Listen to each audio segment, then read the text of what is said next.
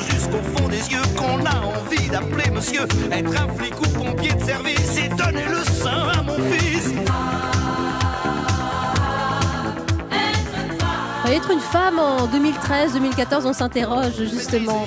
C'est parfois difficile, notamment en entreprise. Au cœur de l'actualité, on va s'intéresser à cette enquête IFOP parue dans Femmes Actuelles. Enquête qui illustre la difficulté ressentie par les femmes dans le monde du travail, la pression, les arrêts maladie, les scrupules, beaucoup aussi sur la maternité. On va s'y attarder avec vous, Hélène Périvier, économiste à la FCE. Bonjour. Bonjour. Merci de votre présence. Alors, ce qui ressort d'abord de cette enquête, que vous n'avez peut-être pas lu, c'est que malgré le discours ambiant, on dit voilà, la femme est l'égale de l'homme aujourd'hui dans toutes les strates de la vie, mais sa place est beaucoup moins facilitée dans le travail. Ça, c'est un fait. Oui, ça c'est un fait. Du point de vue des inégalités, la façon dont on les mesure, on sait que même s'il y a eu des gros progrès, évidemment, sur longue période, sur les grandes décennies, on voit que depuis 10-15 ans, les choses n'avancent plus du tout et on est encore dans une situation extrêmement inégalitaire. Avec ce chiffre, près de 44% des femmes salariées disent subir plus de pression que les hommes au travail. Une salariée sur 3 a déjà pris un arrêt maladie en raison du stress.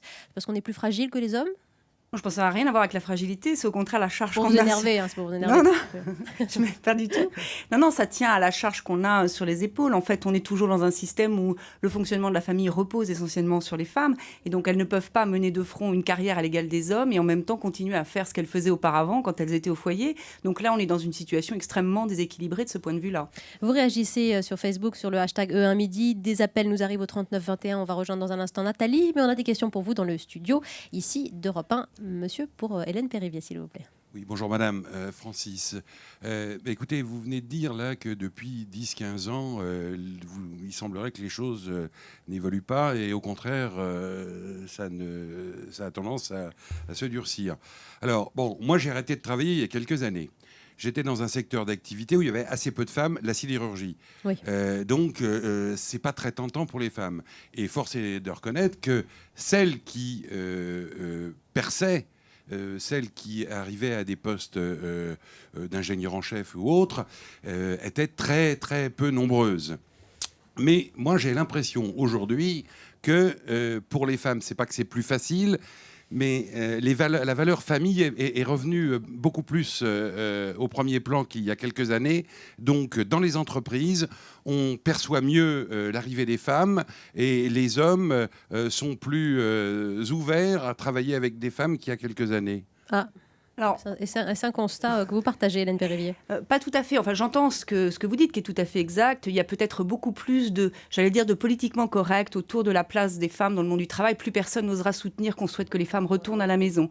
En revanche, on voit que les évolutions sont plus à temps partiel, c'est très bien. Finalement, ça devrait convenir à tout le monde. Sauf que si toutes les femmes sont à temps partiel et les hommes à temps plein, il n'y a pas d'égalité professionnelle possible derrière. Par ailleurs, quand vous regardez ce qu'on appelle le fameux plafond de verre, c'est-à-dire qu'à mesure qu'on monte dans la hiérarchie des postes à responsabilité, eh bien, on trouve de moins en moins de femmes. Donc, dès lors qu'il s'agit, je vais le dire de façon un peu subversive, mais de partager le pouvoir économique, alors là, vous trouverez beaucoup moins de consensus autour de l'arrivée des femmes dans cette sphère-là. Des femmes qui représentent 80% du travail à temps partiel. Exactement. Alors ça, c'est un fait aussi. Une précarisation du travail liée à quoi ? À la maternité, au repos qu'on prend pour s'occuper des enfants dans la vie ? Alors, le temps partiel a plusieurs... En fait, il y a plusieurs types de temps partiel. Il y a à la fois du temps partiel lié à la précarisation du marché du travail, qui est plutôt du sous-emploi, où là, les hommes sont aussi affectés, mais en volume, les femmes le sont plus. Et puis, il y a ce temps partiel d'articulation vie familiale, vie professionnelle, qui peut être vendu comme une solution a priori pour résoudre ce problème-là, mais qui en fait ne permet pas d'avancer du point de vue de l'égalité, parce qu'on ne fait pas la même carrière à temps partiel qu'à temps plein. Et donc de ce point de vue-là, tant qu'on a un déséquilibre sexué dans la représentation des travailleurs à temps partiel, on ne peut plus avancer. Anne-Marie sur Twitter, hashtag E1midi, se reconnaît dans ce constat. Les femmes souffrent dans le travail, beaucoup de pression. Et elles souffrent aussi qu'on les trouve incompétentes pour 53% d'entre elles. On évoquera la maternité dans un instant. Mais on a un raisonnement, une question de monsieur dans le studio, s'il vous plaît. Bonjour madame. N'avez-vous pas peur qu'à travers la publication d'une telle étude, on stigmatise encore plus les femmes en entreprise ? Alors, c'est pas du tout mon étude, hein, donc cette étude est publiée dans le journal. C'est votre thématique, en tout cas, de travail. Oui, essentielle. tout à fait. Qu'on stigmatise davantage, parce qu'elles se sentent stressées ou qu'elles révèlent un stress qui existe. De toute façon, cette stigmatisation, on va reparler de la maternité. Vous voulez dire qu'il y a aussi des hommes qui souffrent, c'est ça que vous en sous-entendez? Oui. Exactement. Ça, je ne peux pas vous dire plus de la posture de l'étude telle qu'elle a été faite. Donc moi, je ne travaille pas sur le ressenti qu'ont les travailleurs ou les travailleuses, je travaille sur les faits statistiques. Et donc, ce qu'on voit, c'est qu'il y a beaucoup plus de difficultés à articuler sa vie professionnelle et sa vie familiale pour les femmes, ce qui est une source de stress, ce qui ne veut pas dire que les hommes, eux, dans leur milieu professionnel, n'ont pas d'autres sources de stress.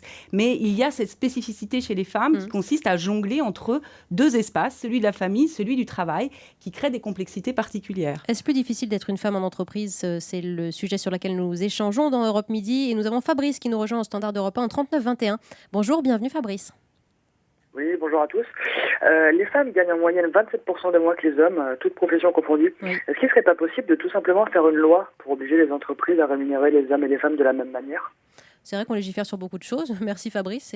Ah mais il y en a une loi. Oui, il y en a une. Depuis les années 70, on légifère sur l'égalité mais qui n'est pas tout salariale. à fait respectée. Le problème, c'est qu'est-ce qu'il y a derrière ce 27%. En fait, quand on décortique ce chiffre, on trouve que la moitié de ce 27% s'explique par du temps de travail. Donc, en l'occurrence, le temps partiel dont on a parlé tout à l'heure. Comme les femmes sont plus à temps partiel, leurs salaires sont plus faibles.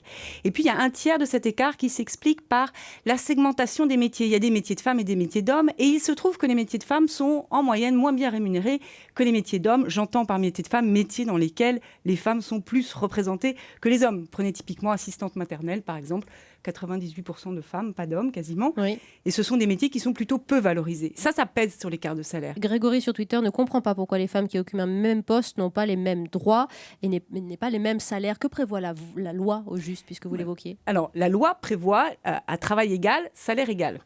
Toute la complexité, c'est que souvent, c'est pas le même travail, c'est pas la même profession qu'exercent les femmes. C'est ce que j'expliquais derrière ces histoires de métiers de femmes et métiers d'hommes.